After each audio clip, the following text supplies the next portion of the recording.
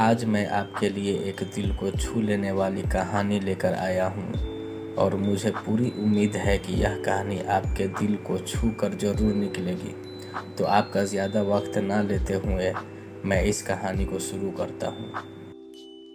एक बार की बात है। एक बार एक अध्यापक एक संपन्न परिवार के शिष्य के साथ कहीं जा रहे थे, तो उस शिष्य को कुछ मजाक सूझी क्योंकि उसको रास्ते में किसी गरीब मजदूर के जूते दिखाई दिए।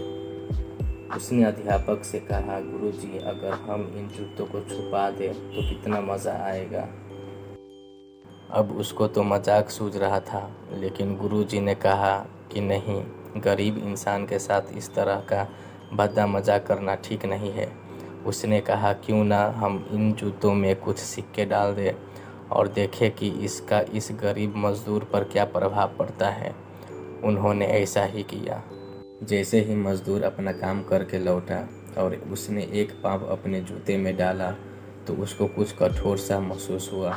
उसने अंदर हाथ डाला तो उसको कुछ सिक्के दिखाई दिए। वह थोड़ा आश्चर्य में पड़ गया। आसपास किसी को देखा तो कोई भी दिखाई नहीं दिया।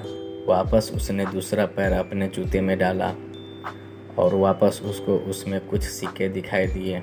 अब दोनों जूतों के सिक्कों को उसने अपने हाथों में रखा और प्रभु की तरफ इशारा किया। हे प्रभु, पता नहीं किस भले मानुष ने यह सिक्के मेरे जूते में छुपाए हैं, लेकिन जिसने भी छुपाए हैं उसको मेरी दुआ है ताकि इन पैसों से मैं अपने बच्चों और पत्नी के लिए कुछ खाना और दवाइयाँ ला सकूँगा। और इतना बोलकर वह चला गया। इस बात को शिष्य और अध्यापक दोनों सुन रहे थे। अब अध्यापक ने शिष्य से पूछा कि अब तुम मुझे बताओ कि तुम्हें कैसा महसूस हुआ, तुम्हारी पहले वाली मजाक या मेरा यह तरीका। तो उसने कहा कि गुरुजी, मैं आपसे क्षमा चाहता हूँ। अब मुझे समझ आ गया है कि सच्ची खुशी किस चीज़ में है। जब हम किसी की मजाक उड़ाते हैं तो हमें कुछ पल का आनंद मिलता है, लेकिन इससे हमें बद्दुआ मिलती है। लेकिन अगर हम किसी की मुश्किल परिस्थिति में मदद करते हैं और जिसकी भी हम मदद करते हैं उसको भी नहीं पता कि हमने उसकी मदद की है, लेकिन अंदर ही अंदर हमें पता है कि हमने उस इंसान की मदद की है, यही सच्ची खुशी है। जब हम दूसरों को खुशी देते हैं तो हमें सच्ची खुशी मिलती है।